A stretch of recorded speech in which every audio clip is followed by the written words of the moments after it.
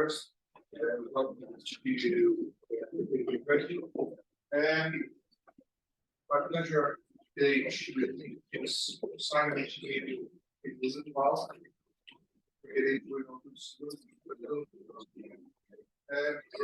Small group today and some opportunities.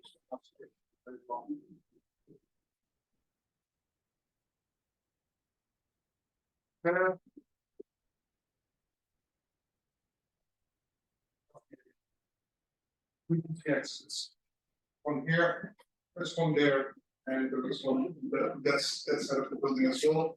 We do not expect any fire emergencies drills, so when the point sounds is that we do, and just myself, Katie, Joe, and we will gather outside here in the grass unless there's a lot of danger there, and figure it's a safe place out there. Toilets are just here, and then you probably figured out that we do serve what these things so we safe. It needs to be nice to explain a little bit about B.linc. B.linc Innovation is a business unit of B.linc University, and we basically do three things. We connect people. That's why events like this are in place, so that we can actually network and actually see people. And we are convinced that if you put like-minded people in the room, people that are interested in the same subject in the room, people start talking, then collaboration actually starts, and that collaboration will then be real. And the end of the day is that innovation will take place thereafter. That leads me to introducing our speaker for this afternoon, Simon. Thank you very much for being here. Simon is the head of sustainability and sustainability assurance at AsureQuality, I should say. And just discovered that we studied at the same university in the Netherlands. So yeah, that makes us mates, right? But yeah, he will take us on a journey when it comes to what AsureQuality is doing and how the assurance of processes is actually going on, especially in the sustainability space. Which is really interesting. So, Simon, without any further ado, and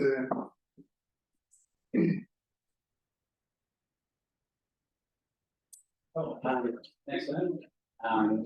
Yeah, thanks everyone for joining today. I'm Simon Rudd. I'm going to focus mostly on sustainability assurance, but a bit of stuff from around the organisation and around the sort of sector in terms of what's happening with assurance at the moment. Hopefully it's super interesting. The word assurance doesn't teach us spark like excitement and things, but hopefully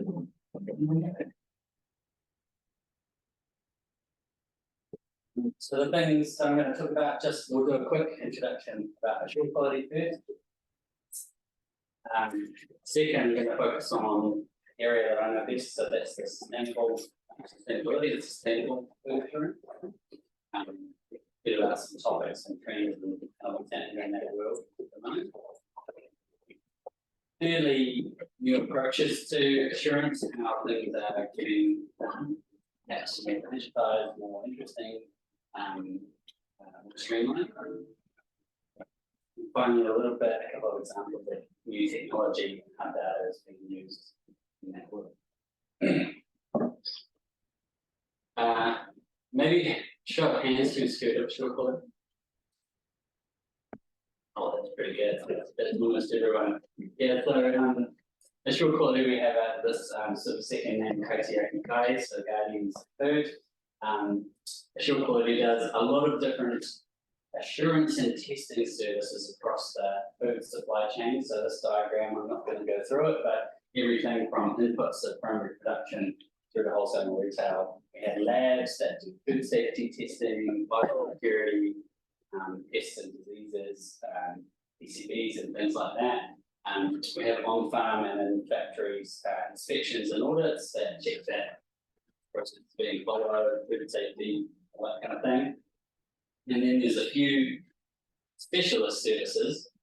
And the group that I'm in, and a few of my colleagues here today, the group that I'm in fits within innovation and insights, which means we have a remit to experiment and innovate and do some more fun stuff, which is really cool. And so I'll talk a bit about that. You might recognise some of these marks that we might have bought organic products. You might have seen that AsureQuality organic mark. We do good agricultural practice certifications, grass-fed animal welfare certifications, and we assist with toy tubes farm carbon certification as well.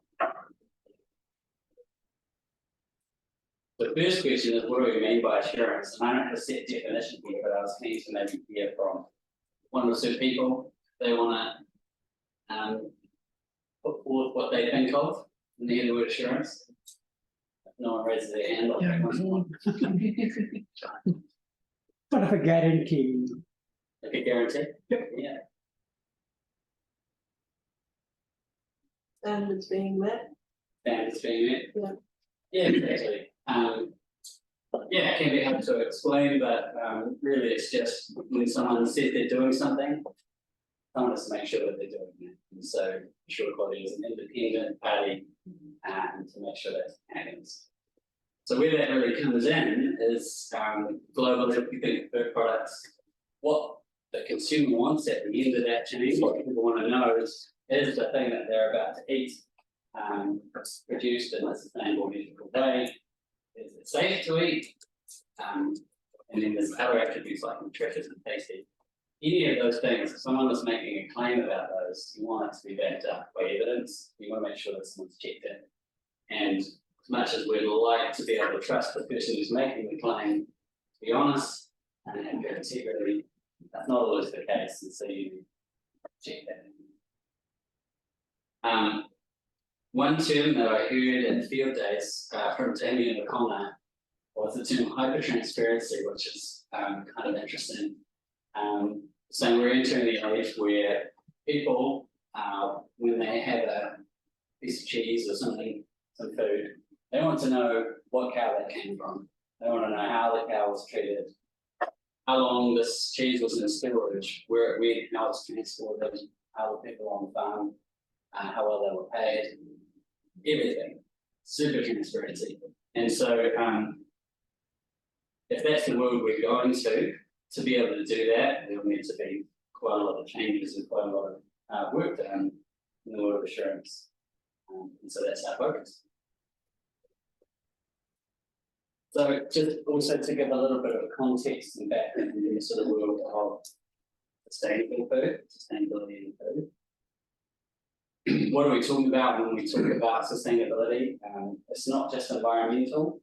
There are a whole lot of things that kind of fall into that category that might be checked in the assurance program to call something sustainable food. So you have the environmental ones, which I'm sure you're familiar with.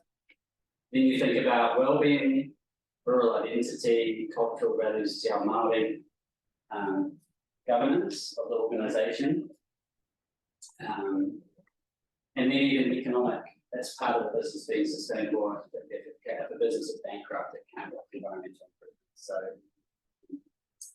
it's all kind of tied into that realm. And then this one is from the perspective of a farm owner or a farmer. But then there's all these drivers of sustainability. So just talked about hyper-transparency. You think about consumer demands. What that's one pressure. Policy and regulation is one pressure. It's generally coming from the kind of bottom, the minimum kind of requirement.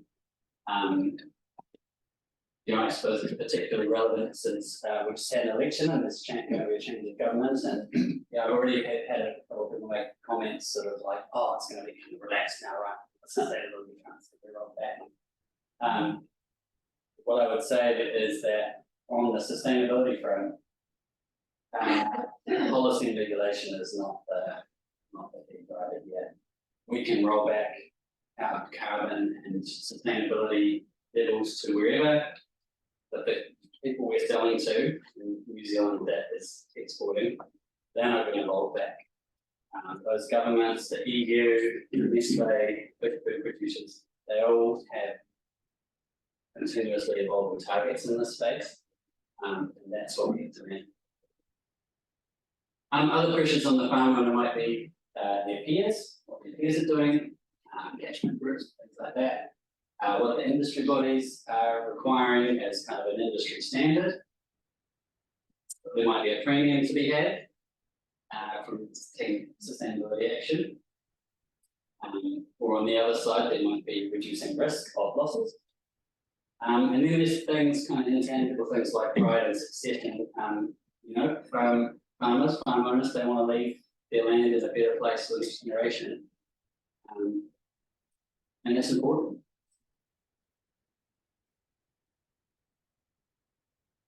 So I talked before about regulation.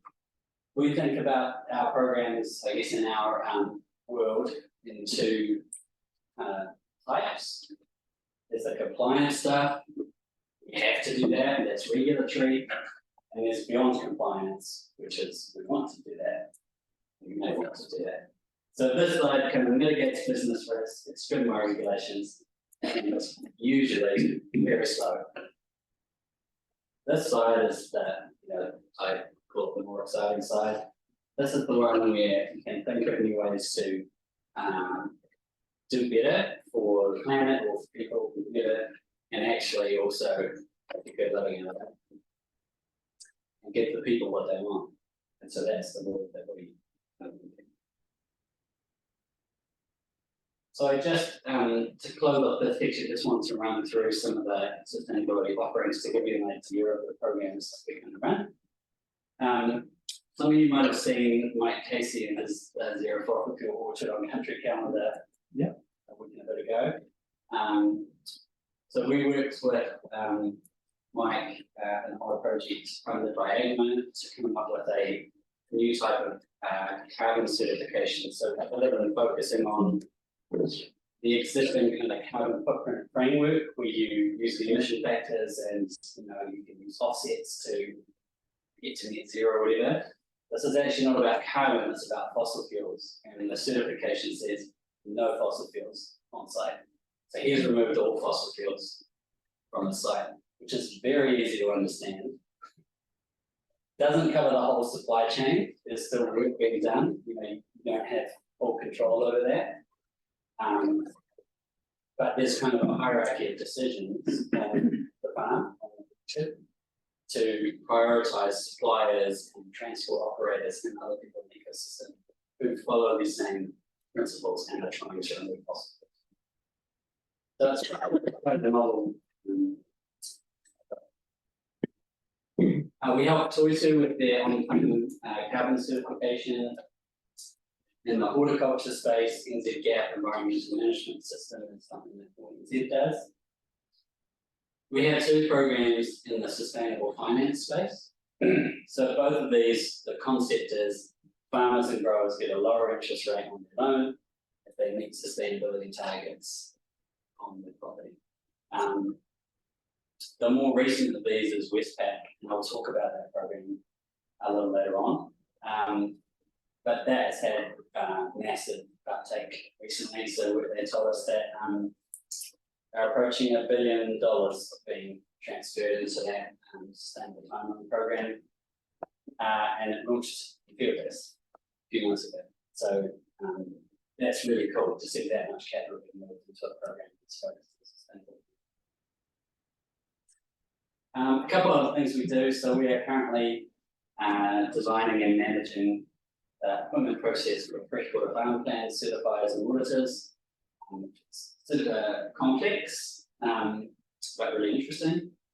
And other parts of into ISO 14 environmental practice. So we have a lot of things going on at once.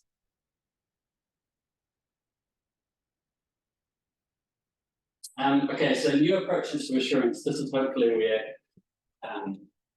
there's some really exciting bits here. We have these questions that we're trying to solve in the world of assurance. So we talked about hyper-transparency.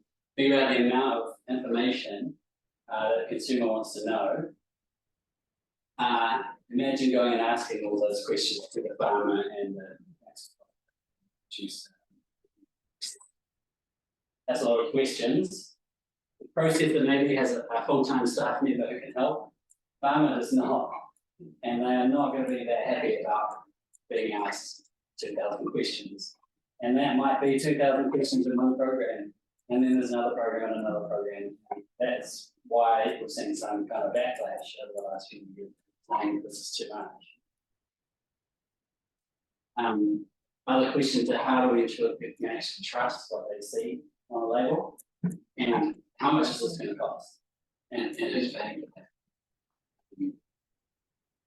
It could be an outrageous amount of data and data collection, data cleaning in this process. So think about. One thing we know is that the traditional model of assurance, particularly farm assurance, is not going to work for this. It's a person driving out to the farm. I guess the innovation in the last 15 years has been that clipboard has changed to an iPad, but other than that, it's not changed huge enough. So some of the trends that we're seeing here to meet this demand. We are moving from on-farm visits by auditors to more remote verification where possible. So that might mean sensors and soil moisture sensors and strainings, all kinds of sensors on equipment. You might have drone maps, you might have satellite data. All this kind of data can provide constant real-time information. That is much better information than a person going. We're moving from these regular scheduled audits, say a program has an audit every 2 or 3 years. Person comes around and they check absolutely everything on the master plan. Moving to management by exception. If you have all this data from sensors, you can be really smart about when you need to go out and actually collect that information in person. You might only be going out there if the data shows that this farm is likely to be doing something wrong, or there's some data that shows that something is wrong, something like that. You might be able to do predictions, you might be able to use AI. You might be able to figure out clever approaches to some to bring the cost of the whole program down. This is a big one from the farm operator's side. So rather than requesting information from the farm operator every single time that information is needed, even if they get asked the same question 10 times in a year, approach to the program, to permission data that is collected once, held somewhere, still owned by the farm operator, but when it's requested, they can permission that out with a button push on their phone or something like that. Or just all the data is required for a certain thing. But what they don't have to do is fill out a lot of paperwork or forms. And finally, moving from assurance as a grudge purchase, you would say right now for a lot of programs, farms are not that happy to stop farming for a day and walk someone around the farm. Moving it to value add, something that is actually valuable to them. And what we mean by that, I'll let the farmers to last. What we mean by assurance being a value add in this ecosystem is, so for food manufacturers and processors, they can have full transparency over what's happening in the supply chain. They can meet consumer demands rapidly. Someone wants a particular attribute, they want, only grass-fed beef. They can check rapidly, collect that information, segregate off some products and say, yes, we can guarantee that this is all grass-fed. And they can use trends and data to anticipate the requirement. Similarly to others like banks and retailers, one big thing right now for retailers and banks is their supply chain emissions, or in the case of banks, their finance emissions. New Zealand is moving to mandatory climate disclosures, where every bank has to say what are the emissions of the people that are loaning money to. The primary sector, that's very difficult, but with this kind of data, high levels of data collection, it is possible.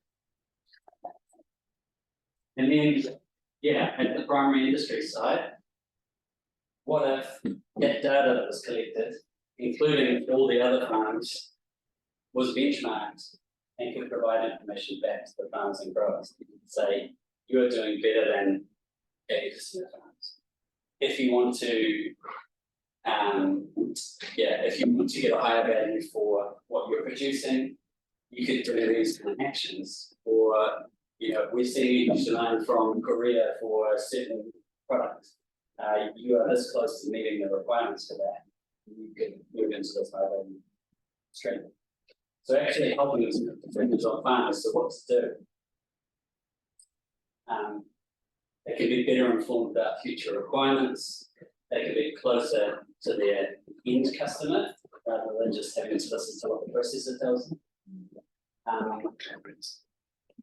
And it can help them get access to lower interest rates, cheaper capital, and improve them getting insurance. So there's actually potential a lot of benefits to farmers and growers for this.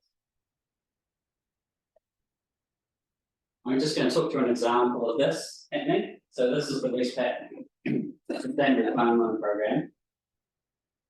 It's based on a framework called SAFI, Sustainable Agri Finance Initiative. So that was come up with by the main agri lenders in New Zealand and NPI.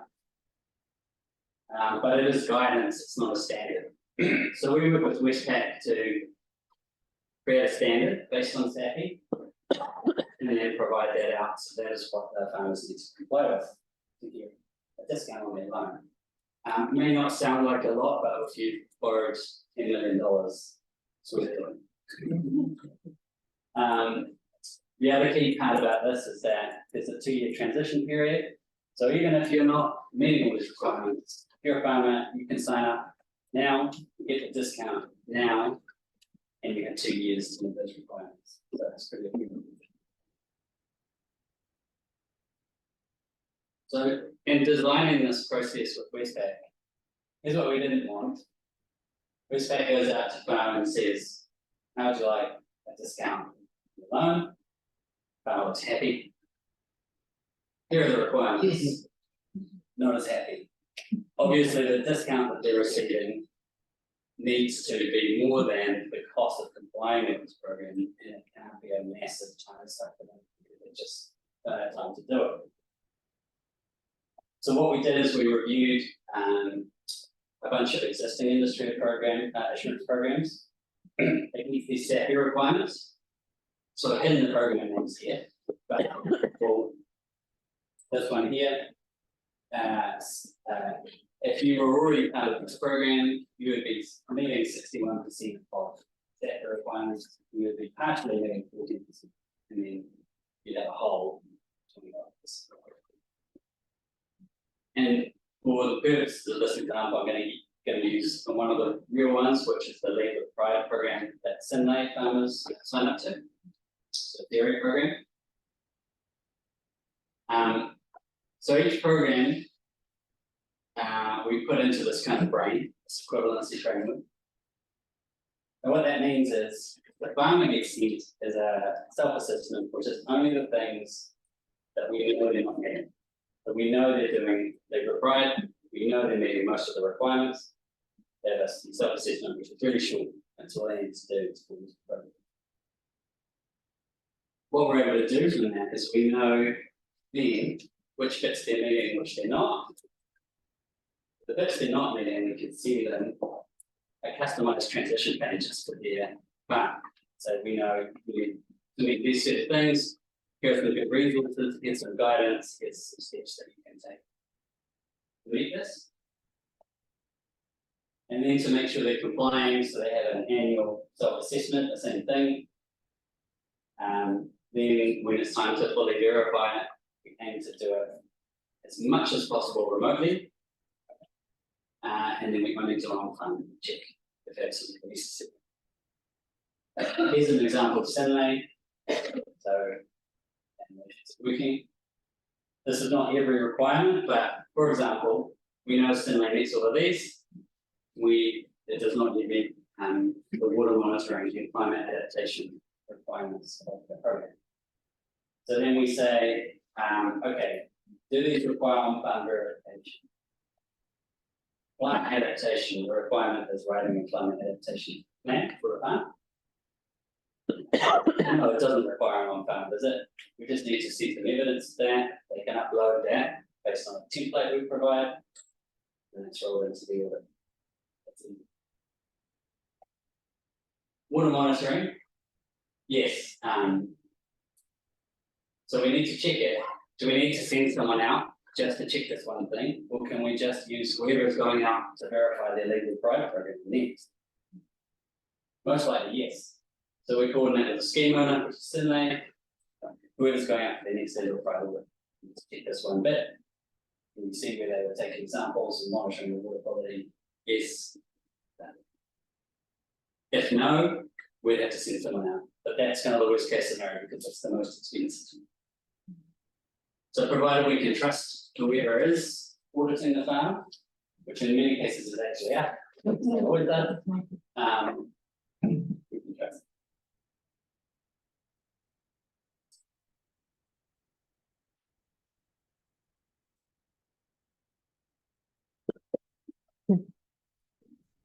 Just a couple points to finish off. Kind of talked about how data and technology is pretty critical to all of this working. I'm going to talk about a couple of examples. One where there's some overlap actually right now with Lincoln. We have a proof of concept happening. Colleague Dan over there is working on this, where we're trying to prove out the concept. Will the use of sensors, aerial imagery, and remote data capture, will that result in better assurance outcomes? There's also lots of ways to think about this in terms of the process. And one potential way to think about it is this role here, data collector. How audits have always worked is that someone checks things after someone has signed up, or after, or when it is time to check it on the audit. What if you've been at that and you're kind of checking things randomly or all the time? Then when it comes time to do the audit, you have the information already. Look at it. So the goals here are this sort of time on farm, more efficiency, lower costs, and more audit kind of throughput on the That's Dan, this is a water soil moisture sensor tool connected to a Spark IoT unit. So this is just an example like then where we can see moisture and temperature at all times. So you can imagine a scenario where if this was one of the inputs to our kind of system, we would only get an alert when something is weird about that and know that we have to check something. But that could, in certain situations, this could be a good check for us about use of irrigation or all kinds of things, rather than relying on someone's word or having to go through a book. Another example, so this is got special thanks to Stuart Chatters and Ready here for enabling some pilot work on the Ashketeen research farm here. So this farm is set out doing a high definition drone map, and then this little blue line is walking around with a 360-degree camera. So if you look at, this is looking away from the sheds, but you can imagine someone has walked through the sheds or through all the bits they need to see. If you're a desktop auditor to check that, everything correct is happening on this farm, you can go to the map, look around, get a feel for what's happening on the farm, look at, check that against documentation, and then if you wanna look, agriculture from one of those areas, and you can, it's quite high definition.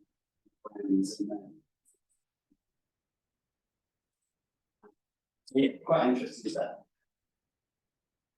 Obviously, there's a lot of data that comes out of this. I've kind of talked about this already. This is kind of just showing all the types of data that might come out, just like this. But then there are some questions about that. All right, so first of all, definitions. This is one example. What is a farm? You would think that would be easy. It's not easy.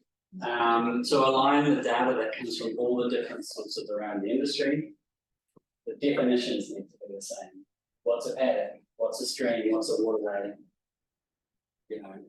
So there is a conversation to be had as a national about. Who owns the data? This is always a big one. Generally, it's the farmer, but in the case of a program where processor is paying for all this, do the people who pay to get the data own the data, or do the people who own the land that the data is coming from? How can we trust the data? If you think of that soil moisture sensor before, how do we know they didn't move it? How do we know if they had an in-stream sensor that's monitoring nitrates, but they didn't just put it in a bucket? There's going to be all kinds of a really clean bucket. There's going to be all kinds of things to think about there. And then things like what role will AI play? There's going to be all kinds of, like excitement to chat GPT, draw me up a graph of what the normal soil management data might look like for June in Canada. How do we know that wasn't? I'll leave those questions with you and just sum up. So in summary, what we're working on, it's moving from compliance needs to really value, bringing value back to everyone. So we've actually put the back in this process. We're moving from that manual collection to automated real-time focus assurance. We're aiming for hyper-transparency wherever it's appropriate. And there's work needed on the data side in terms of definition. A few other things before we totally crack that in. We're on a journey. Yeah, so with that, I'll finish up. Thank you very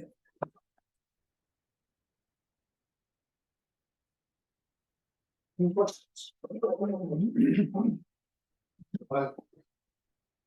Do you certify organic parts? Okay. Do you compete with background? Yes. Yeah, biogrow and AsureQuality are the two main organic certified in New Zealand. Okay. So how much work is involved in certifying a farm as an organic?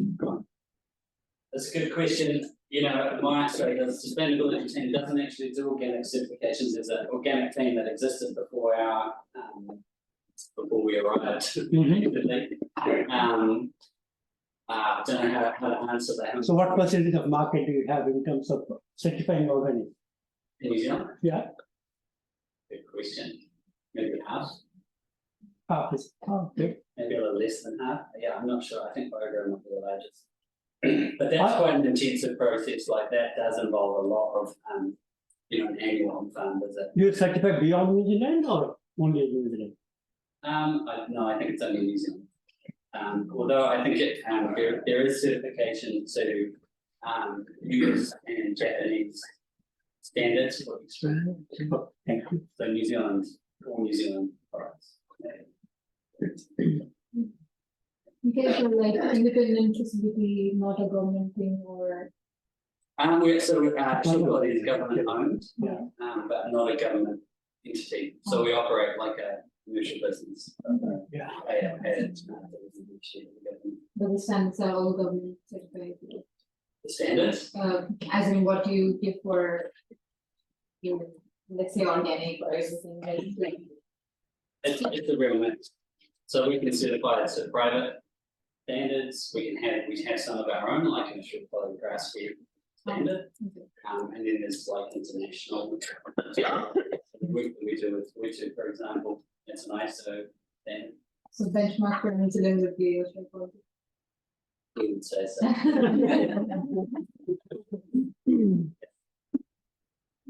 So the work that you did for Mike Casey is also fuel-free farm approach. That was his idea. He came up with the idea and he asked you, can you please come up with a standard so that I can prove to people that I really do not use any fossil fuel? Yeah. It took some convincing because I came from the world of carbon and I know, through and through what's required in the carbon footprint and scope 1, 2, and 3 emissions of that. But I guess he's a marketing man as well. He knows what people want, and he knows that people are starting to lose faith in a lot of the carbon stuff, where people are just like, well, I'll just buy fossils, not just. Even the ISO standards allow you to do some reductions without a set kind of requirement, and for what you are struggling to produce, you can offset. But where do you set that line? And he's just gone all the way to say, I'm getting rid of that. I'll do any kind of crazy. I mean, who's using modified golf carts for the photos? The sprayed in he's been able to be very smart with eco grounds. He's become sort of a celebrity on the electrification and horticulture side, and so things come to him now. So I've got this electric equipment. I'm going to try it out. It's really fun. Yeah, so Any more questions? Yeah. Could something like that certification that Mike Casey has, could another business that like another cherry orchard say that wanted to get on board get that certification, or does he sort of own that, if that makes sense, since he was the one that. So we are on the management committee, we co-developed it. NZ0, so he has Forest Lodge Orchard, which is this cherry orchard. NZ0 is a company that owns the NZ0 certification. So people who want to get certified apply to him. And then we will be the independent assurance. But yeah, he's actively looking. If you know someone who wants to get certified, Not quite. he's actively looking for more. There was another question that I had, and you had that data up of that sort of moisture, and quite cool how you could potentially have that trigger. What do you see also sort of other, I guess, sort of moisture probes using that example out there, that data being able to seamlessly sort of feed in and sort of get that same trigger, or would you, in terms of sure. if it was a different brand of moisture so probe? we definitely wouldn't want it to be we don't. If we were to be selling people the equipment or something, that would break our impartiality. So we would love to have a system that can pull in, all the most common sensor types from which we would so. You had a slide there with the various dimensions of sustainability, and you had the worker well-being. But you didn't have, I don't think you had the sort of consumer well-being on the professional side of things. So, I mean, someone could be doing something very sustainably for everything else, but if it's the composition of the food, and then that, where do you see it going there? Because you've got the wider food testing, so there's that potential to integrate that dimension as well. I mean, you've got it right, it's incredibly complex. We're seeing that now with alternative proteins and alternative dairy, where people are saying, the carbon footprint's way down here, but what am I eating? And have we studied the long-term health effects of that kind of stuff? So there's just going to be an ongoing. My background is in the sustainability side, that side. There's some nutrition and stuff like that, but it's definitely and just the beauty within the shore, you've got your composition piece, and so the ability to integrate, particularly with the data side as well. That's right, yeah. It's nice to have people call on more. Any more questions? Safi. Sustainable Agricultural Finance Initiative. I think we want the experts on when the 5 large banks plus NDI was actually looking for this documents, this advice document, guidance documents. What happened then afterwards is that then the 5 banks had to go their own way to develop their own standards. I thought it was actually quite strange. You know, it's with competition and stuff like that. Because now we will have 5 different interpretations of the same guideline. Isn't that, how do you then see that a banker is now getting a deal with Westpac? Tomorrow want to go to our bank or to BNZ or to BNZ or to Kiwi Bank. Isn't then this certification locking these into that staying with the own? If you're, I know you're only into the insurance side, right? But then you have standards. But like, what do you look at these things? Yeah, so that's right. They're in their own ways under the guise of Commerce Commission.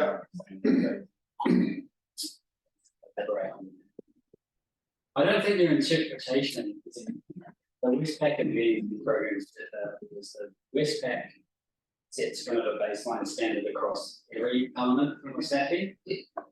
BNZ is aligned with SAFI, but you choose 3 or 4 specific targets for your fund in any of those categories. It's more intense on the assurance side because it requires an annual check on fund generally to check progress.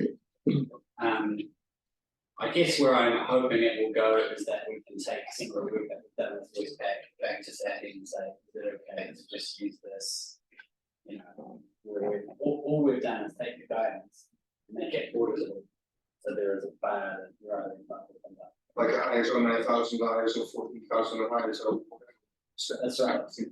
So that's just related to SAFI, and then we run that like all assurance programs and AsureQuality will follow an ISO standards for process, the process that we follow into signing off auditors and quality.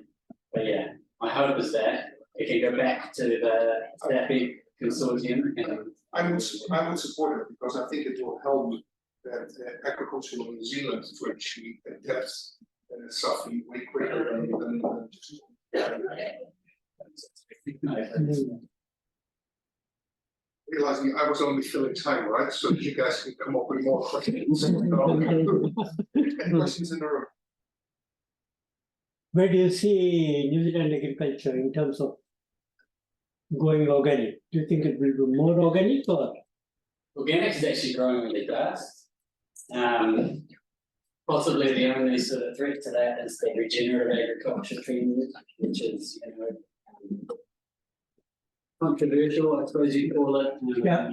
There's lots of different elements to that, and I think organics, the OANs, the organics, Aotearoa, New Zealand, are considering how they relate to that because they've been doing so many things for so long. They've been doing this. That's a bit of an unknown at the moment.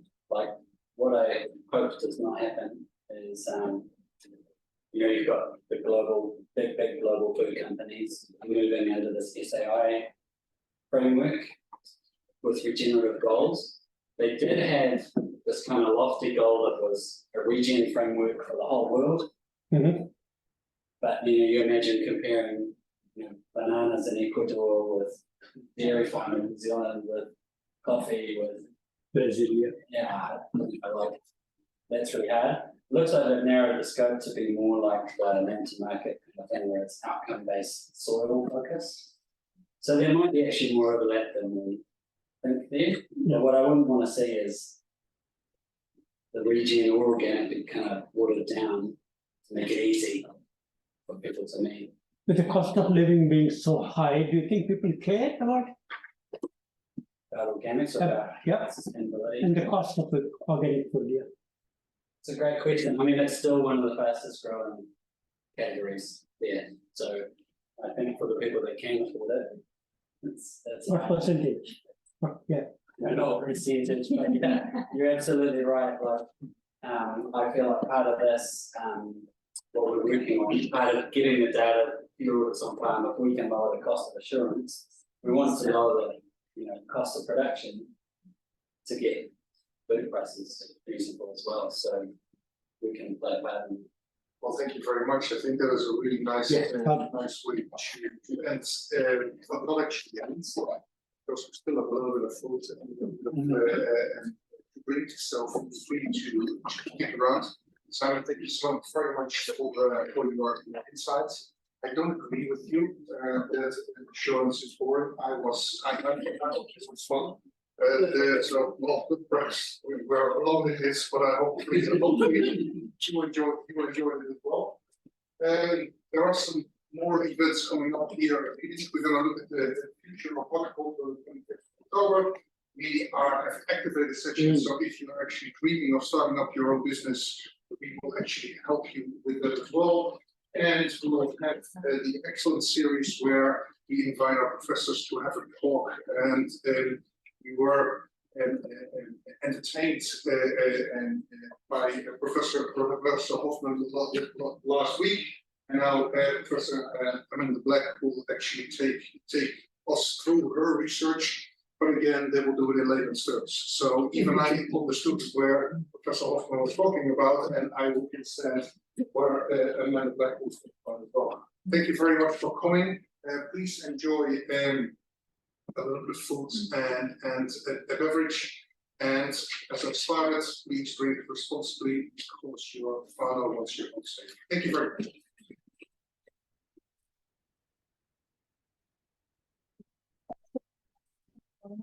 On